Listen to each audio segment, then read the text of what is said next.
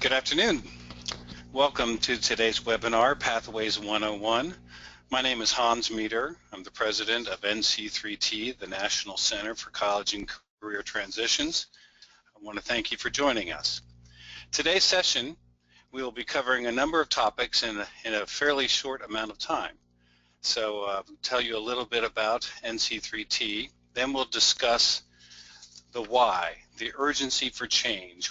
What is the purpose of embracing a pathways model? Then I'll provide some definitions of a pathway program of study, look at the components of a pathway program of study. We'll define and review a pathway system framework that NC3T has developed, and then identify the pathway system development process. So to begin, tell you a little bit more about NC3T if you haven't worked with us before. My name is Hans Meeder, as I said, and we'll have a background of the U.S. Department of Education. I've been working in research and technical assistance on high school redesign, career and technical education, workforce development.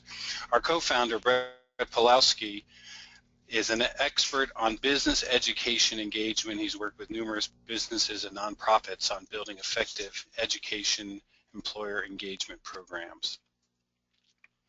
The vision of our organization is every learner with a dream and a plan, and every community with a capable, ready workforce. So we see these two vision statements being very complementary, but every person has a sense of aspiration and hope, but also combining that with the actual tools to plan and pursue their dream. And that leads to communities that have a capable, ready workforce that can sustain economic growth and personal success. NC3T focuses on three main areas: pathway system design, partnership tools and training, and an effort we call the Cte Clinic, which is a partnership with the Association for Career Technical Education. With our pathway system design services, we provide technical assistance for the visioning process all the way through implementation of a pathway system, coalition building to bring multiple stakeholders together, on-site and virtual coaching, resources and tools to help ensure that all the components of a pathway are addressed, professional development, keynote speaking, and meeting facilitation. We've been working with 3 states, and many of the individuals from those states are on today's call, operating our Pathways Innovation Network from Pennsylvania, New York, and Indiana.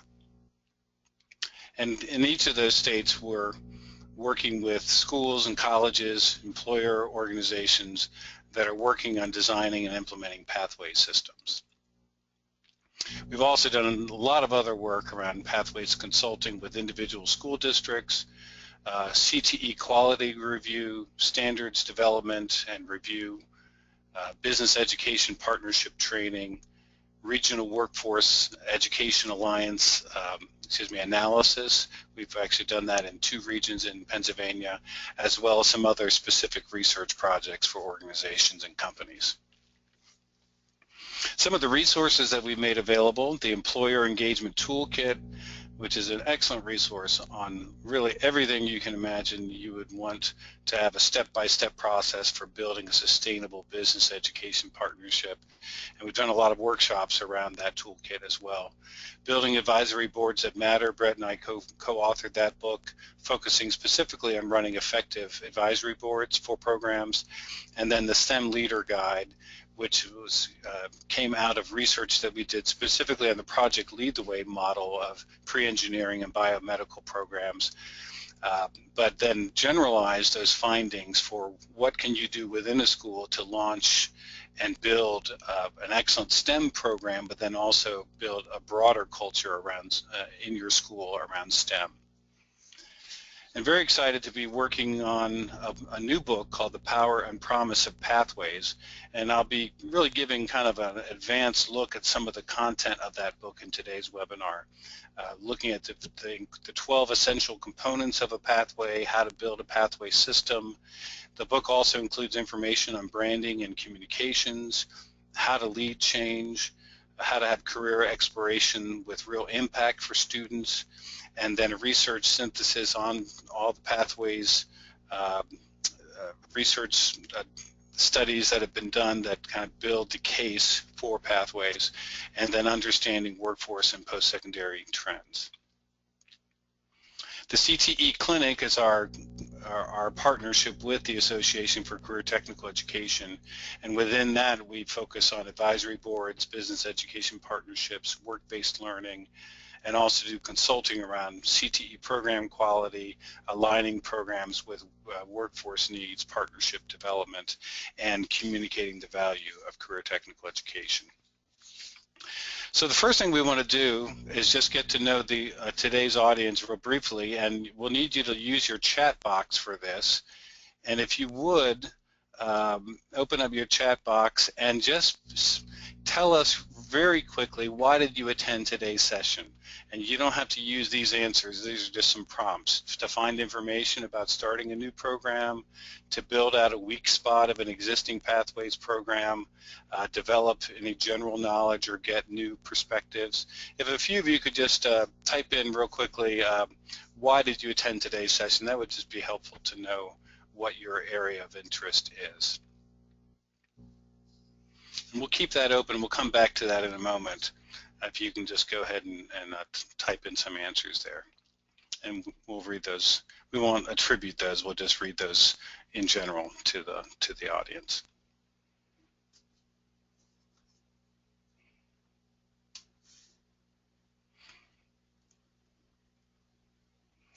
Okay, very good. So let's start here.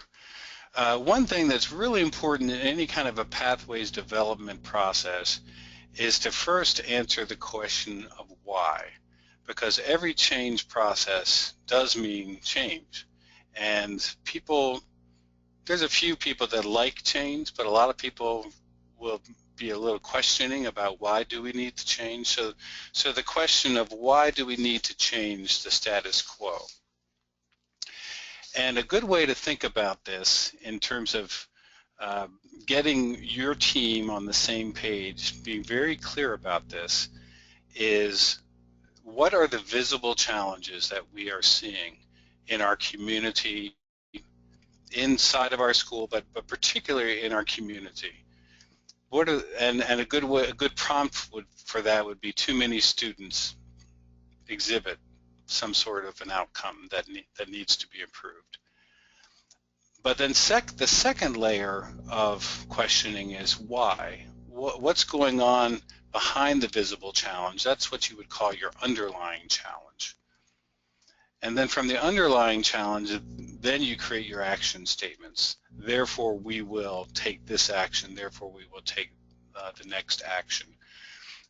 And an interesting activity to think about is to have your team just ask this: what are the things that why do we need to change? And have people write that out on a post-it note without discussing it as a starting point. And you might be surprised that even though people are interested in doing something to change the status quo, you may have some different perspectives about the why. And it's really important in communicating to your different audiences to think about being able to articulate why you're changing.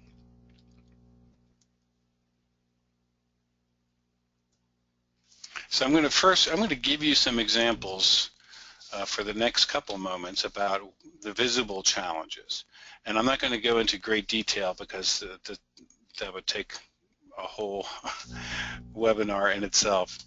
Let's say it looks like we have some answers to the question. So I'm going to answer that. Get some people that are on the call today, getting new perspectives on the use of pathways, learning about trends in pathway implementation, developing general knowledge and new perspectives, looking to strengthen my knowledge of pathways and how to move my district forward, strengthen existing programs, to keep us up to date on pathways research and what other states are accomplishing with pathways, always looking for new perspectives, seeing how other states are implementing pathways as programs of study, general overview, looking for ways to start up new pathways that can be supported by multiple high schools at one location. Okay, very good. So some of the visible challenges to consider are low post-secondary completion rates.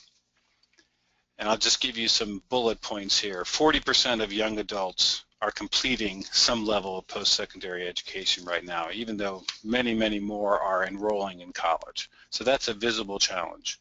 There's a significant skills mismatch where employers can't find skilled workers. There's approximately 5 million job openings right now, which is the highest that it's been for about 15 years.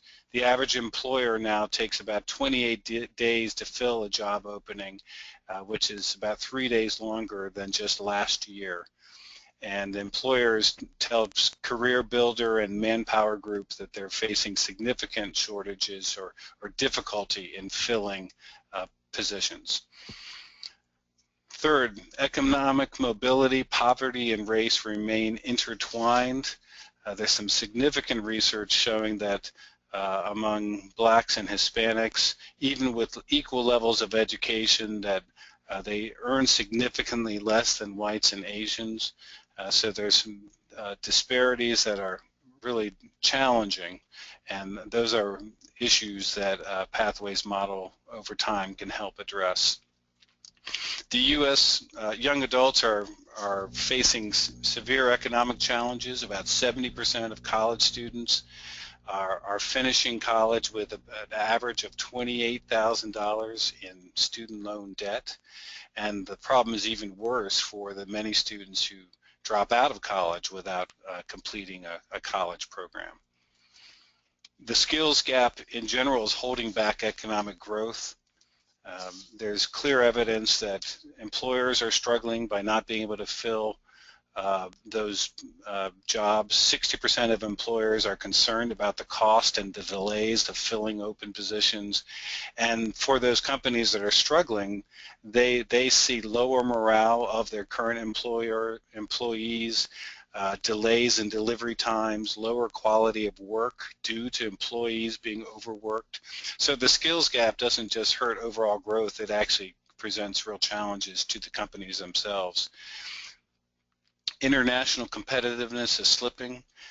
There's several pieces of research that show that today's millennials, even if they are nominally at the same level of education, their skills lag behind their peers in other industrialized countries. So those are some of the visible challenges, particularly that your employer partners will be feeling and seeing. So what are some of the underlying causes of that? High school achievement, as measured by the National Assessment of Education Progress, continues to be stagnant at best. The most recent SAT and ACT college entrance exams show a slippage in student attainment on those exams. We have evidence from Dr. William Damon's research on purpose, evidence from the National Survey of High School Student Engagement that students often lack purpose. Many are disengaged.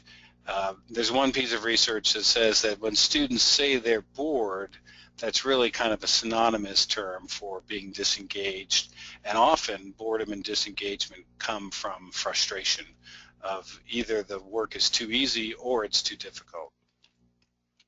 Students are leaving school with poor academic skills.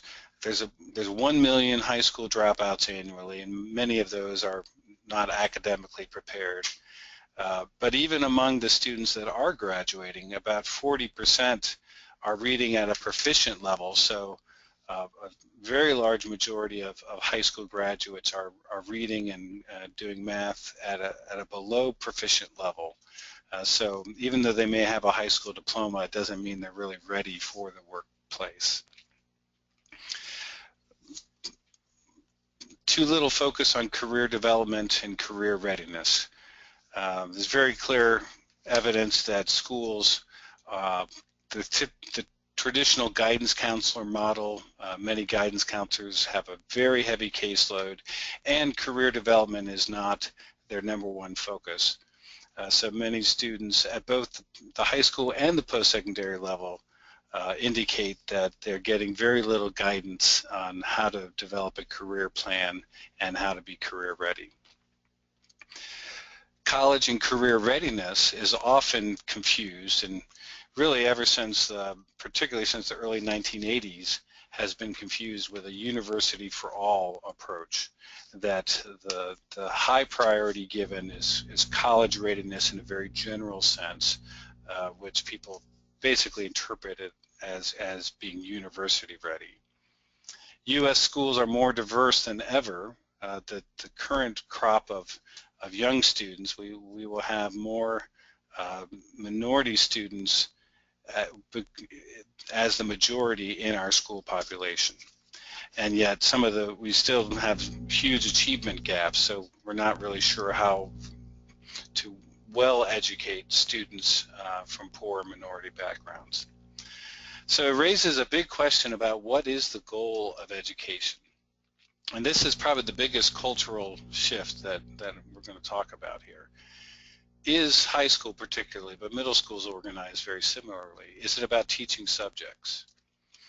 Is it about getting students to pass tests, which our accountability system seems very focused on? Or is it about preparing individuals? So we believe strongly, and I suspect many people on today's call would say yes, when we really think about it, it's about preparing individuals who are ready for their future. So the first thing in terms of developing a pathways system, a pathways model, is to focus on this definition of college, career, and life readiness. We put a lot of thought into this, looking at the different research that's been done, the work that's been done on college readiness, on employability skills, and other pieces of the equation. And we've come up with a definition that is an integrated definition. College, career, and life readiness means that an individual has the knowledge and skills necessary for success in post-secondary education, economically viable career pathways, and personal effectiveness in a 21st century economy. That this is really the aim of education. The Pathways model is a strategy to help us get to college, career, and life readiness for all students, for all learners. And the integrated definition that we've developed talks about applied knowledge, which is the thoughtful integration of academic knowledge and technical skills put to practical use for post-secondary education, training, apprenticeship, and the workplace.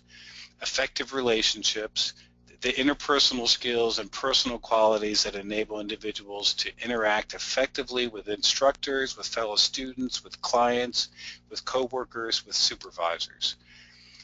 So those interpersonal skills are going to apply equally in the post-secondary setting as well as the work setting.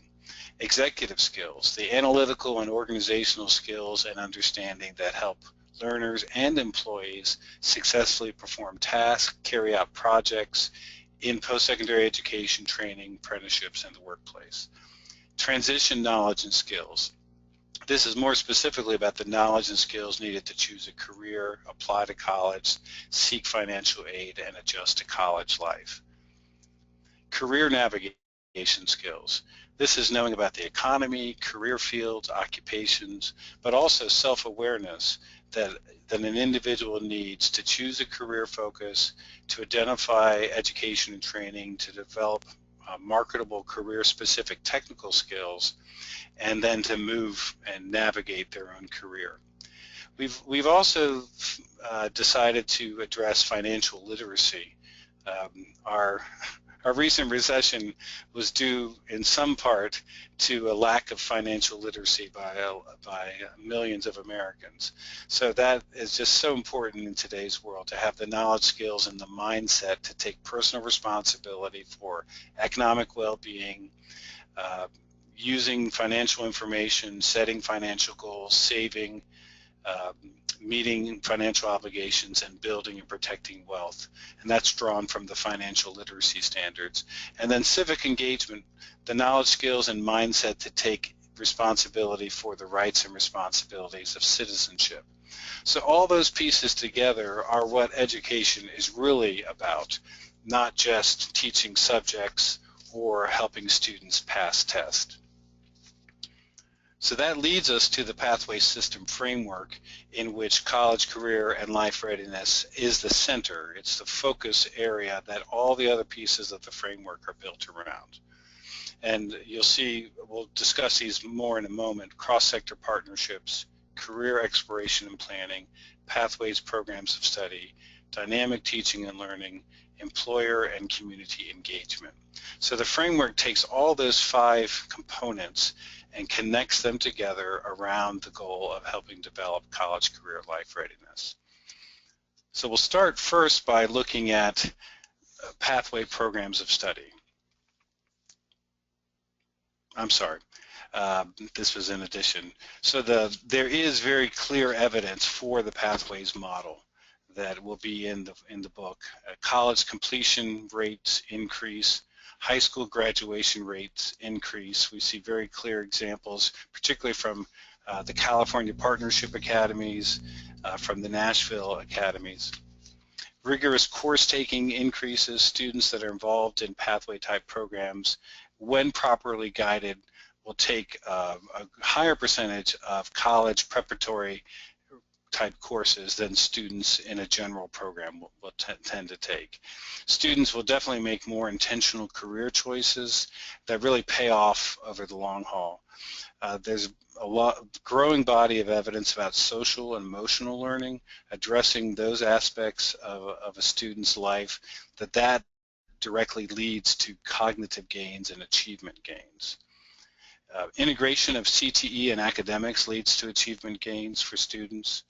Students experience long-term increased earnings. The evidence on career academies from MDRC shows that students that are involved in an academy or a pathway model have at least 11% earnings increased over time over the students that just took a general high school program. And students gain greater career readiness skills. The research from Linked Learning in California shows that students have much greater professionalism, communication skills for the workplace. So the pathways model, we'll start with the programs of study themselves. Programs of study that are linked to workforce demands. And so we've created a definition that has a lot of similarities to some of the other definitions in there, but that are being used. A pathway program of study is a program of interconnected academic and elective classes revolving around a career theme, integrated with experiential learning and close connections between secondary and post-secondary education, training, and apprenticeship, and designed to support the development of college, career, and life readiness for the learner. And here, this definition just breaks it out into those phrases so we can see that a little more clearly. Interconnected academic and elective classes built around a career or another subject theme.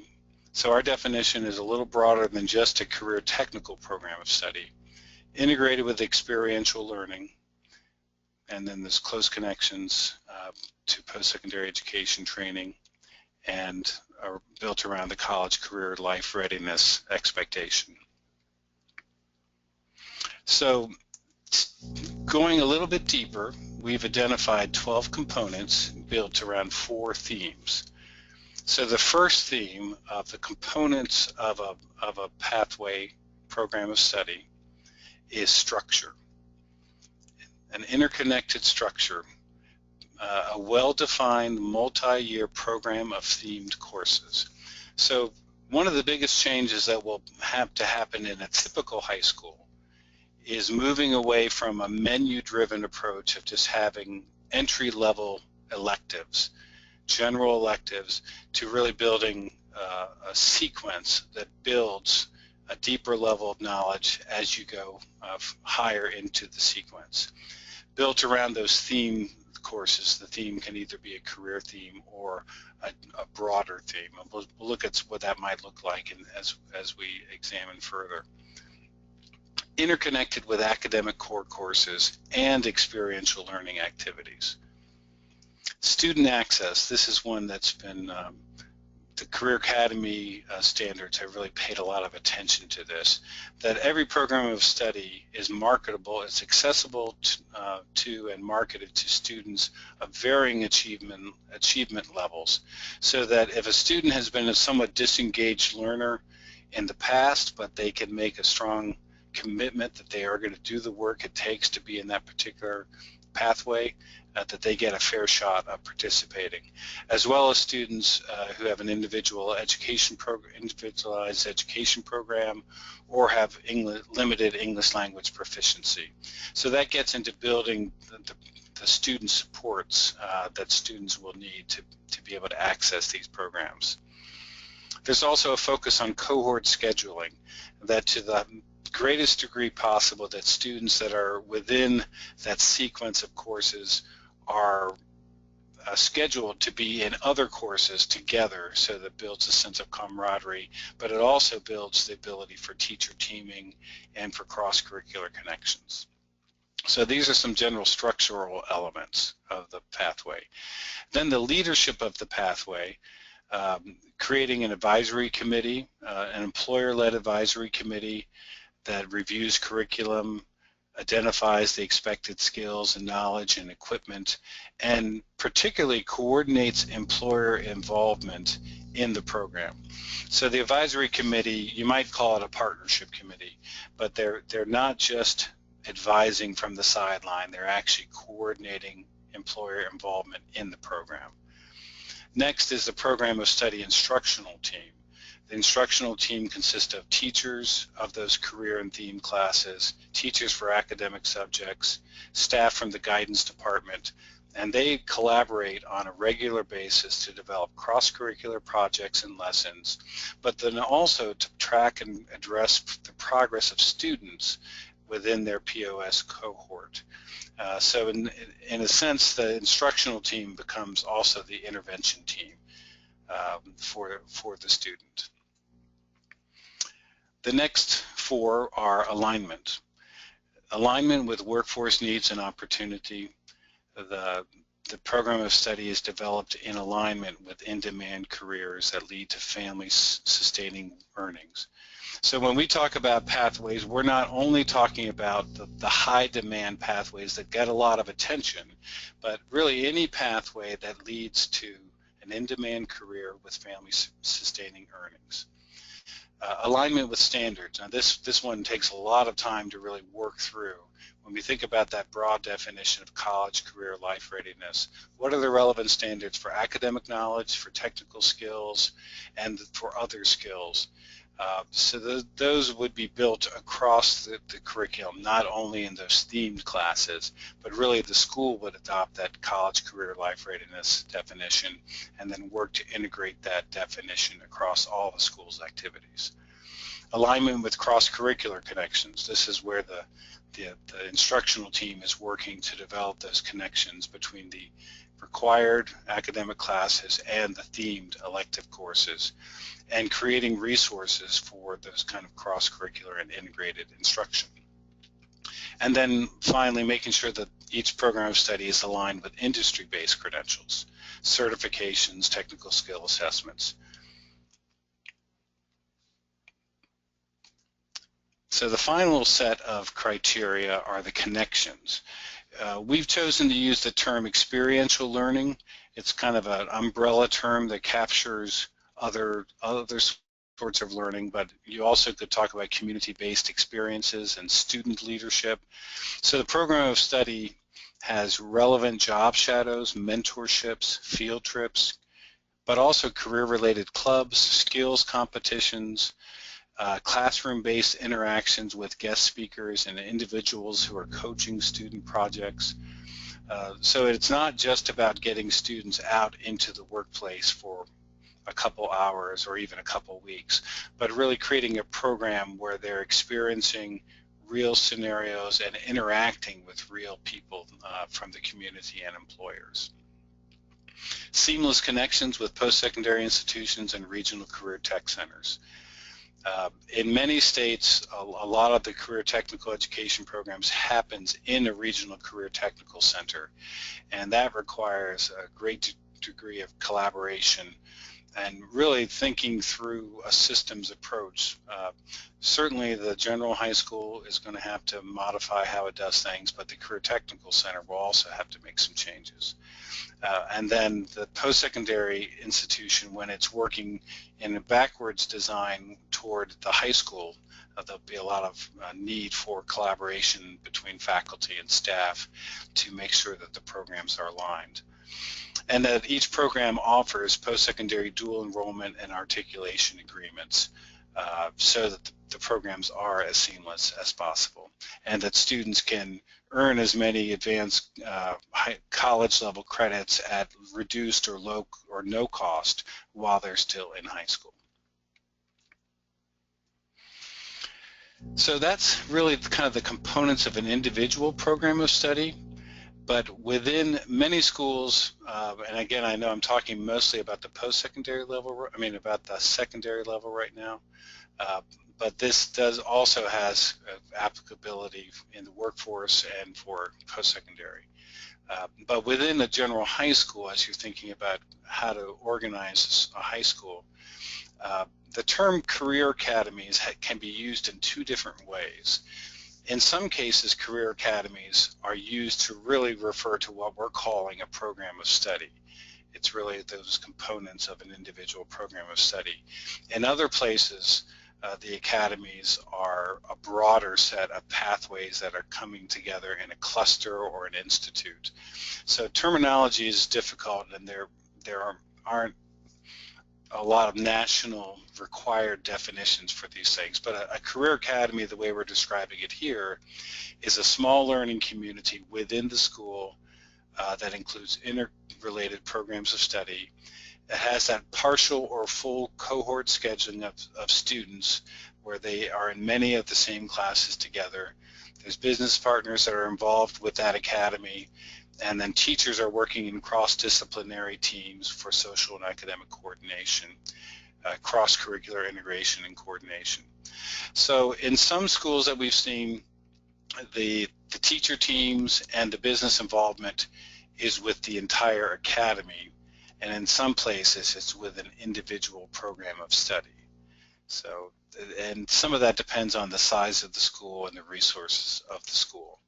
I give you an example of if you organized a high school into 3 academies, there's going to be a cluster of programs of study that fit within an Academy of Advanced Technologies. There'll be a cluster of programs that fits within an Academy of Health and Human Services, and then within Arts, Communications, and Entrepreneurship. So to go a little bit deeper here, under the Academy of Advanced Technologies, you could have an automotive diesel tech program, construction trades program, communication and information tech, engineering and design, manufacturing, mechatronics. Now, some of these pathways may link into a technical center that has really good equipment and lab space, and some of the programs might be housed within a general comprehensive high school. So you could really have a mix of different kinds of programs, but they're still under this umbrella of the Academy of Advanced Technologies. The really nice thing about this approach is that even for students that leave part of the day and spend time at a program over in their tech center, when they're in their high school, they still have a home. They still have a group that they're connected to, which is all the students from this particular academy. Similarly, under the Academy of Health and Human Services, some students that are more into the science classes and really want to focus on that, biomedical science and research could be an area for their focus.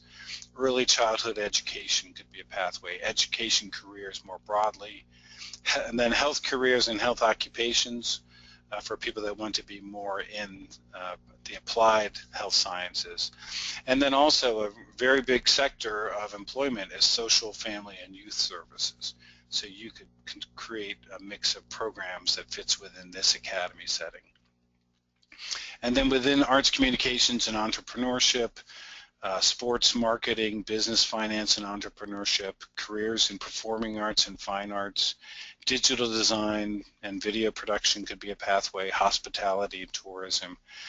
And it's very important in thinking through these pathway offerings that they're, and we'll get to this in a moment, but that they're very linked into a really good career exploration and career development process, because some of these pathways are going to be very fun, they're going to be very attractive to the masses, but they may not actually offer many jobs.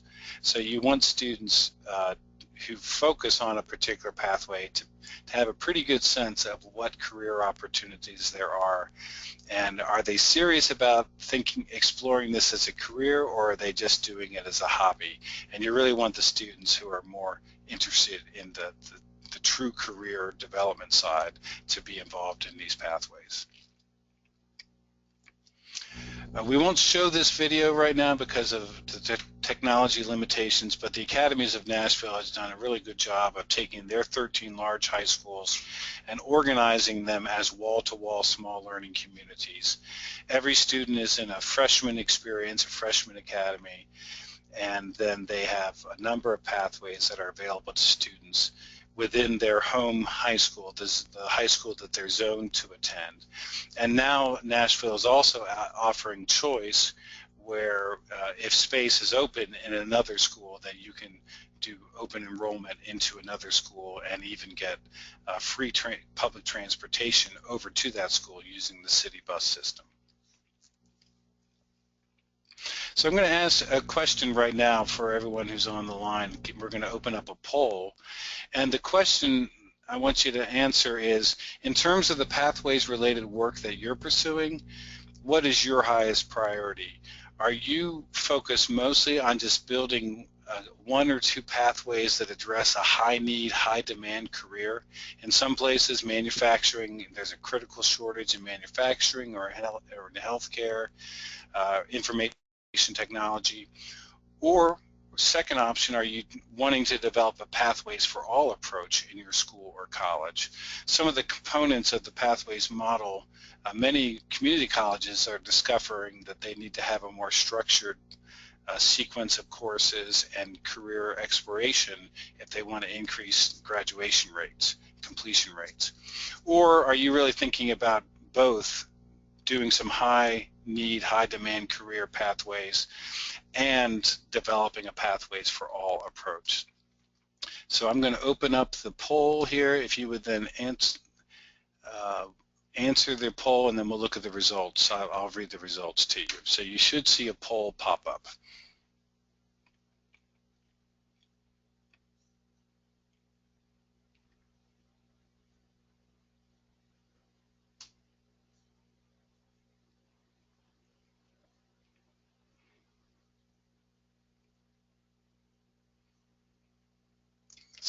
Give about 5 more seconds. Looks like about 2/3 of the people have voted.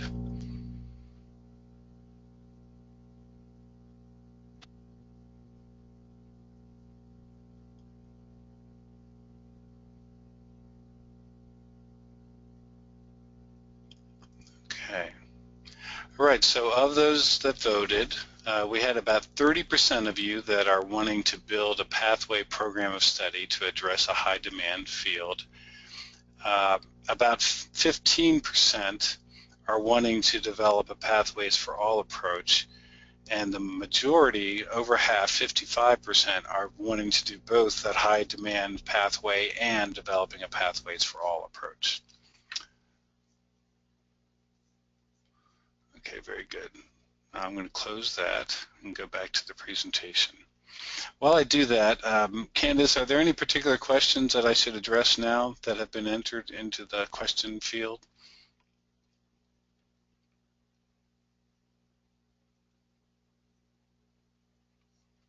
Doesn't look like it. No, we don't have anything coming in yet.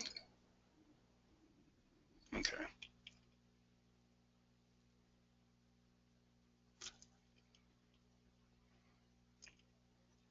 For some reason, okay, there we go.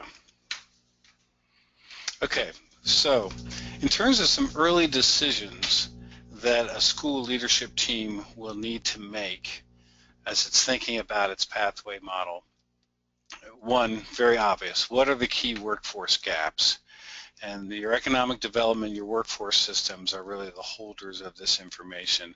But also employer groups are really good at not just saying kind of what's the general statistical information, but what kind of skills are they going to be hiring for? What kind of jobs are they going to be hiring for? So that's a first line question. A second line question is for those of you that are thinking about implementing programs within your schools, are we going to go school-wide, or are we just going to have a few signature programs of study? And how many programs of study can we accommodate in our school? If you think about a typical class of 25 to 30 students, and think about those sequences of courses, you're talking about 90 to 120 students in a pathway sequence of courses. So how large is your school? If you went to that wall-to-wall approach or that pathways for all approach, how many programs would we actually be able to accommodate? Could we, if we have a high demand field that actually matches up to the workforce, can we run multiple sections of level 1, level 2, etc.? So that's an important decision. And then ask, are we going to organize as individual programs of study? So perhaps we're going to have 7 programs of study within our school, or are we going to organize those programs of study then within the academy structure, the cluster structure? Will we take our 9th graders and have a freshman academy where we're going to more or less keep them in a separate set of classes, but then also offer them a freshman seminar? And within a freshman seminar, you can offer a lot of different options for them in terms of career exploration, financial literacy, a lot of the career life readiness competencies we talked about. How quickly will we build out our pathways model? More than likely, there's really 2 streams of thought here. One is, as best you can, launch them all at the same time, or launch 1 or 2 pathways the first year and then build out to your full pathways complement over the next 2 or 3 years. And it's a little bit like the adage of, do you just pull the Band-Aid off slowly, or do you pull it off very quickly? It's going to be difficult, but either way, there's not any empirical evidence that one way is better that I know of. And then finally, how are we going to work with our part-day career centers if we have those? How do we really make sure that our programs are connected and integrated and the students aren't getting kind of sent mixed messages? Here's a sample of a planning timeline for your program of study. It'll take you about a year to accept that first cohort of students. So the first thing is to identify what programs of study do you want to start up. And if you need to get board approval, that's going to be something that has to happen simultaneously, or perhaps you're going to have to wait until you get that official board approval to do anything else. But assuming that you can make the decision, that needs to happen in September, October, November.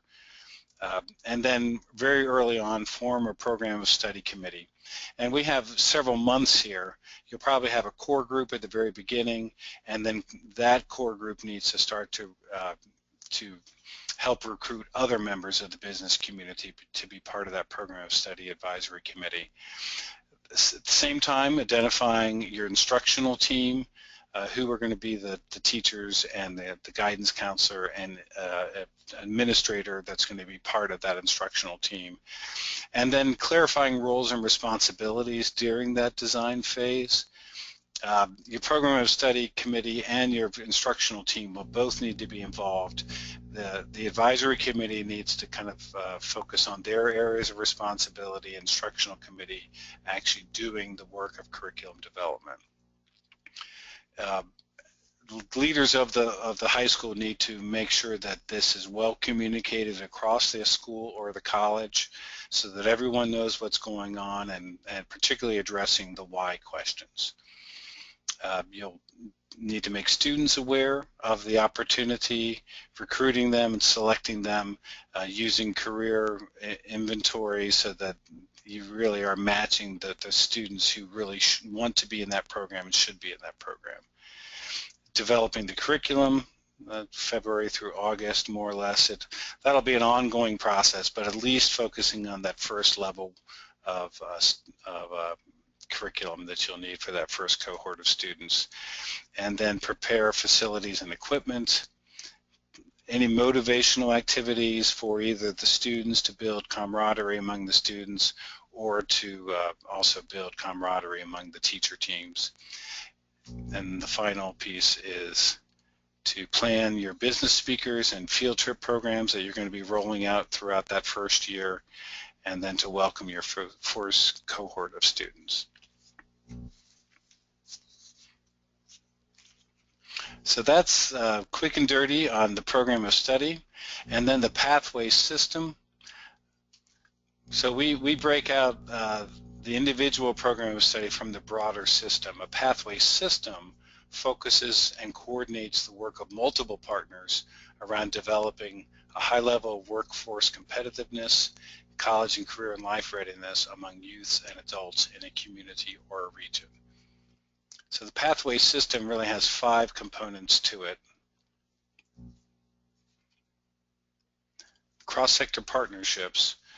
This is really the structure of relationships between K-12, between workforce systems, between post-secondary, between technology centers, if those are how CTE is delivered, employer organizations, and other community-based groups. So the cross-sector partnership is led by a partnership leadership team. And the other important piece of a good cross-sector partnership structure is to have an intermediary organization that plays a non-biased connecting role between those different partners to help convene the meetings, take notes, help document the action steps, document the development of a community plan. Within the cross-sector partnerships, you will also identify the metrics that you will use to measure progress, both within the education sectors, but also among the employer partners and other community partners.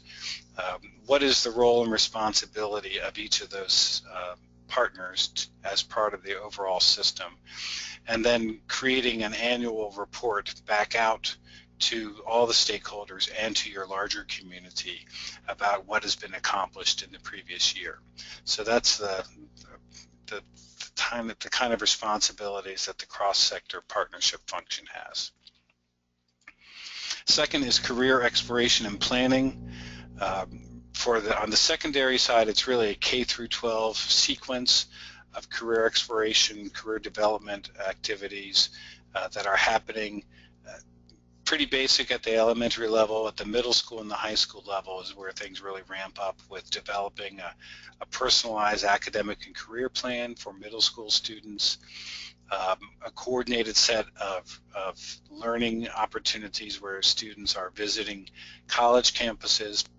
Particularly, don't forget about the community college campuses, visiting a tech center if that's an opportunity for them, and then visiting businesses through those field trips and those work-based learning experiences. So that's all integrated into their career exploration and planning. And then that personalized plan then is integrated also with the college development and college exploration. So that's not really seen as 2 different strands, but it's one integrated set of activities. We already talked about the pathway programs of study. Dynamic teaching and learning. This became obvious to us how important this is. And this is where a lot of education reform has been focused on, with adopting of core standards. And but we don't want the pathways system framework to be seen as just another initiative. It really is a systems way of thinking, and that's why all the research and the practice around good teaching and learning needs to be incorporated into thinking about the pathway system model. And then finally, employer and community engagement. So this is where you get much more functional in terms of how do employers actively engage, not just sitting on advisory committees or signing on to reports, but volunteers being very involved with speaking to groups, coaching projects, and then hosting those workplace learning opportunities. So there's 10 typical questions that you're going to get about pathways as you're rolling out your pathways model. And one is just, what are the benefits of a pathway program of study and a pathway system? Because it really does get back to it. We have to prove the benefit for the student and therefore for the school and for the community. And the pathways model builds a more relevance into their educational experience. It also helps build relational connections, and those things, the relevance in learning and the relational connections, build strong student engagement where the students are really connected to schools and to what they're learning and thinking about how that connects to their future. And that's, I think most of you would say that many of your students are perfectly fine in terms of their cognitive ability, but the engagement, it's really what's missing.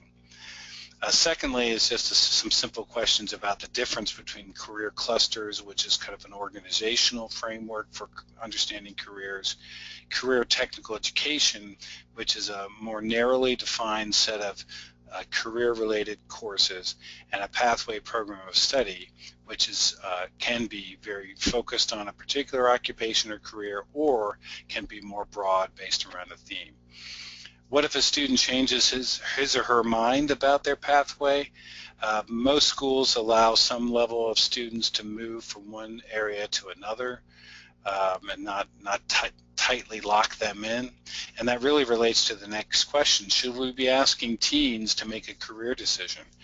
And I live in an area that's a very college prep culture, and there's almost a resistance to making a decision about careers while you're in high school.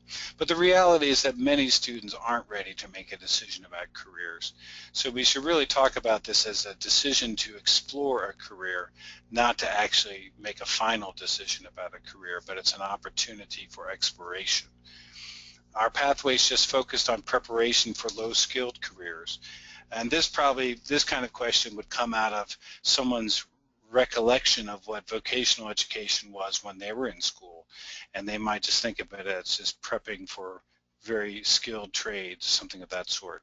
So helping people understand how career technical education has modernized over the years, and that every pathway should have multiple points: a certification, an associate degree, and a bachelor's degree. It should not just be focused on one objective for education and learning. Here's some other questions. Is preparing students for work the mission of schools? And back to day one of public high schools in this country, this has been an ongoing debate. What's interesting about today's economy is that in competitive employment and skilled employment in the U.S., there is much more of a convergence of the knowledge and skills that people need for skilled careers. So preparing for successful employment is very similar to preparing for post-secondary education. What if we don't have time to focus on career and life readiness because of testing? That's a very real concern, but it can also be a smokescreen. That when many schools across the country are complying with all the testing requirements, and they're having a college career life readiness focused using a pathway strategies. Are academic teachers supposed to be subject matter experts, not social workers for teens? So this is a cultural shift. Many teachers are very comfortable teaching subject matter and don't necessarily want to get involved with students on that personal side, or perhaps even with other teachers. But many teachers who have experienced a pathways model talk about it being very professionally reinvigorating, to have much more collaboration, and also very fulfilling in terms of affecting the lives of teenagers and young adults. If they don't really want to be this kind of a teacher, then they probably aren't going to have a good experience in a pathways-oriented school. This is one that is an urban legend. If most of the jobs of the future haven't been invented yet, why should we try to focus on careers? Many educators have heard this factoid that is actually an untruth factoid, that 65% of the future jobs of today's kindergartners haven't been invented yet. That was an off-the-cuff comment by a Secretary of Education in 1995 that has become an urban legend. Most of the jobs of the future will look very different because of technology and skills, but we'll still have automotive technicians, we'll still have people working in healthcare, we'll still have people working in information technology. Yes, there will be new technologies, but again, this question can sometimes be a smokescreen for let's not do anything about careers, since we don't know what the future holds. Most of the skills and knowledge people that are going to need to be successful, we know, and they're transferable knowledge and skills. So yes, we should focus on them. And then is pathways about a corporate agenda for schools? Some people are very concerned that business has too much influence, and I think educators have a responsibility to educate the whole person, not just training someone for a job. But there's really good examples of very positive collaboration between education and business, and as long as both sides understand their roles and responsibilities, it can be a really positive working relationship. So the pathway system development cycle, I won't go through this in great detail, but when you're bringing people together, there's an exploration phase that before people are ready to jump in and developing a full pathway system. There's a convening phase of bringing people together to really look at roles and responsibilities within cross-sector partnerships and forming committees and leadership structures. There's an envisioning phase once you've kind of created that initial structure of actually creating a 3 to 5 year plan for implementing individual pathway programs and then building a broader pathway system. Then there has to be a commit phase where people get beyond just the planning and talking, and they actually say, my organization, my school, my college is committing to this effort, and that's where you put out an actual action plan that different partners have signed on to. And then you have an act phase of working the plan, tracking the plan, reporting on the plan, being accountable, every partner being accountable for their work. To do that work, you'll need to create structures of a guiding coalition that is kind of a high-level group of individuals that are supporting and endorsing the work, a coordinating team that is really leading the planning effort, and then different planning teams to focus on different pieces of the pathways model. All of those things build to developing a community plan for the system. So some things you'll need to think about: what are our next steps to build an individual pathway program? What are next steps to explore a pathway system? What challenges do we need to overcome? At this point, I'll stop, and we're almost finished here, and just to address any questions that people might have to any of the things I've shared. Hans, we have one question that's come in. They asked to please address the Perkins definition of programs of study and how that differs from the presentation you just made. Sure. Yeah, we looked very carefully at both the Perkins definition that's in the law, the 4-part definition, and then Cte, the Office of Career Technical and Adult Education, also created a 10-point rigorous program of study definition. And our definition and all those components are crosswalked against that. So for the most for the most part, the only thing that we did a little differently is that we did specifically break out a program of study from a pathway system.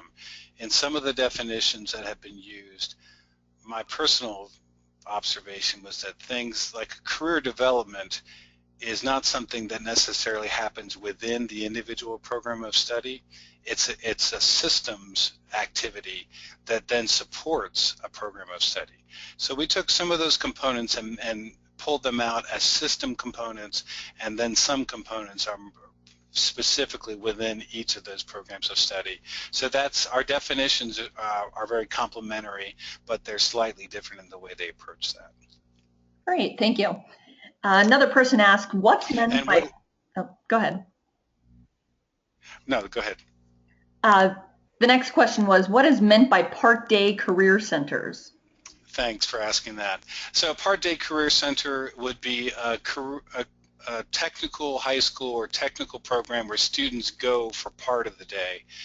In several states, one group of students might leave their home high school, get on a bus, and go to a local technical high school or technical center and take 2.5 to 3 hours of courses there where they're getting a really in-depth exposure to a career technical program. Then they'll come back for the remainder of that day. So that's considered a part-day or part-time technical center. All right, and that's all the time that we have for today. Good. So thank you for participating. One thing, we know that this can be a really big challenge, and as I said at the beginning, we provide technical assistance and coaching with very specific processes and resources. If you would like to set up a phone call to discuss how to help you build a local pathway system, even to the extent of how we could partner together to help you utilize some foundation funding or some otherwise to support the work.